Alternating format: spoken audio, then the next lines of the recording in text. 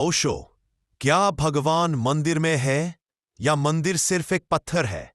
मनुष्य हजारों वर्षों से एक प्रश्न में उलझा हुआ है।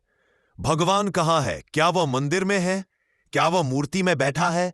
या वह सिर्फ हमारा भ्रम, हमारी कल्पना, हमारी चाहतों का पत्थर बना हुआ रूप है?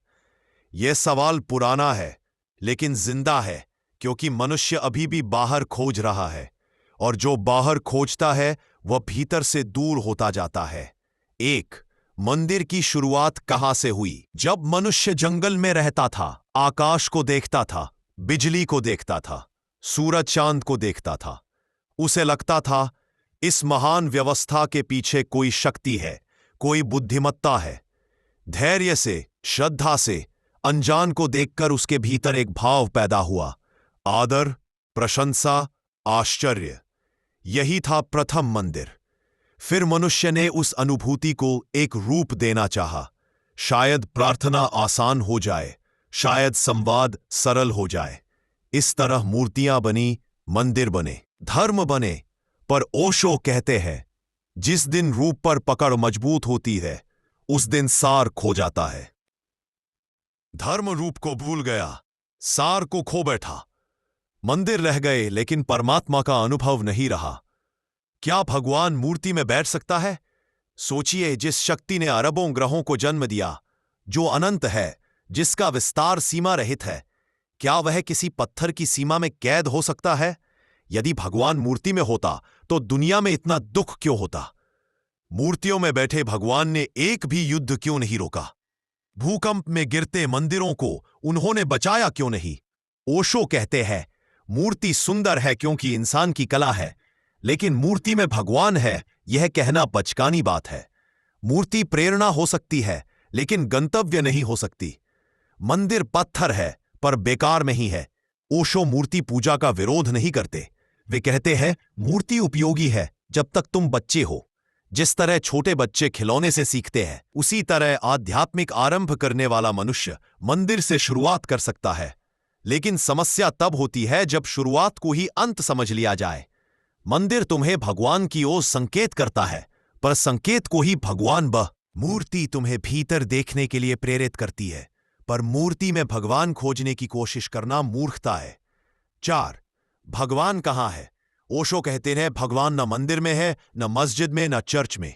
भगवान वही है जहां तुम हो, तुम्हारी सांस में, तुम्हारे हृदय में, तुम्हारी चेतनता में।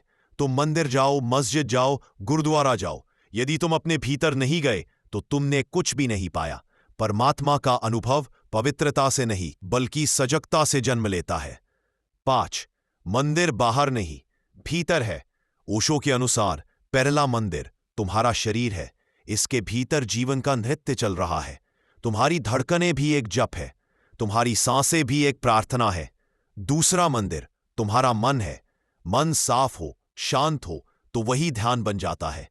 तीसरा मंदिर तुम्हारी चेतना है। यही भीतर का गर्भगृह है जहां परमात्मा प्रकट होता है।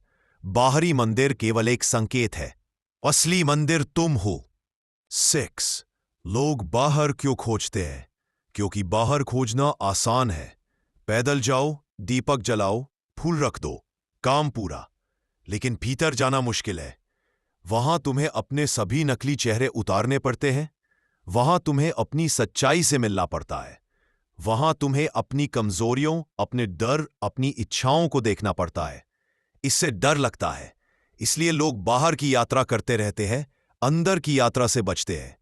ओशो कहते हैं, भीतर जाना ही संन्यास है, बाहर दौड़ते रहना संसार है। 7, मंदिर केवल प्रतीक है, सत्य नहीं। जैसे नक्शा रास्ता दिखाता है पर खुद रास्ता नहीं होता। मूर्ति केवल संकेत देती है कि कहीं कोई ऐसी ऊर्जा है जिसे तुम छू सकते हो, महसूस कर सकते हो। लेकिन यदि तुम पूरी जिंदगी नक्शे को ही चूमते रहो, रास्ते पर चलो ही नहीं, तो तुम कभी मंजिल तक नहीं पहुंचोगे। 8, असली मंदिर की खोज कैसे करें? ओशो ने हजारों बार कहा, 1, चुप हो जाओ जब मन शांत होता है, अंदर एक दिव्य रोशनी जागती है। 2, अपने भीतर झांको, जो वास्तविक है वह भीतर है, बाहर केवल 3, सचेत रहो, चलते हुए, खाते हुए, सांस लेते हुए। यदि तुम सजग हो तो तुम्हें अपने भीतर एक अदृश्य उपस्थिति का एहसास होगा। 4. प्रेम करो, जिस हृदय में प्रेम नहीं वहां परमात्मा का प्रवेश नहीं।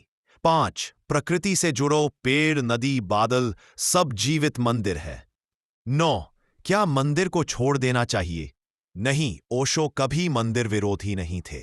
वे कहते थे, जिसकी यात्रा शुरू हुई है उसके लिए मंदिर उपयोगी है, जिसकी यात्रा पूरी हुई है उसके लिए अस्तित्व ही मंदिर है।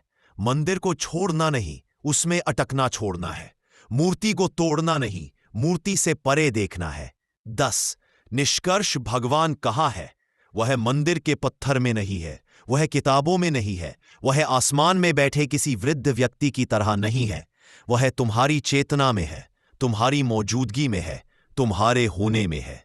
मूर्ति सुंदर है, मंदिर पवित्र है, प्रार्थना श्रेष्ठ है, पर ये सब बाहरी द्वार है। भगवान का असली घर तुम्हारा भीतर है। जब तुम भीतर उतरते हो, ध्यान में, मौन में, तुम पाओगे मंदिर पत्थर था। मेरा बात अच्छा लगा तो मेरे चैनल को सब्सक्राइब कर लीजिए। बहुत आगे लेकर जाऊंगा। धन्यवाद।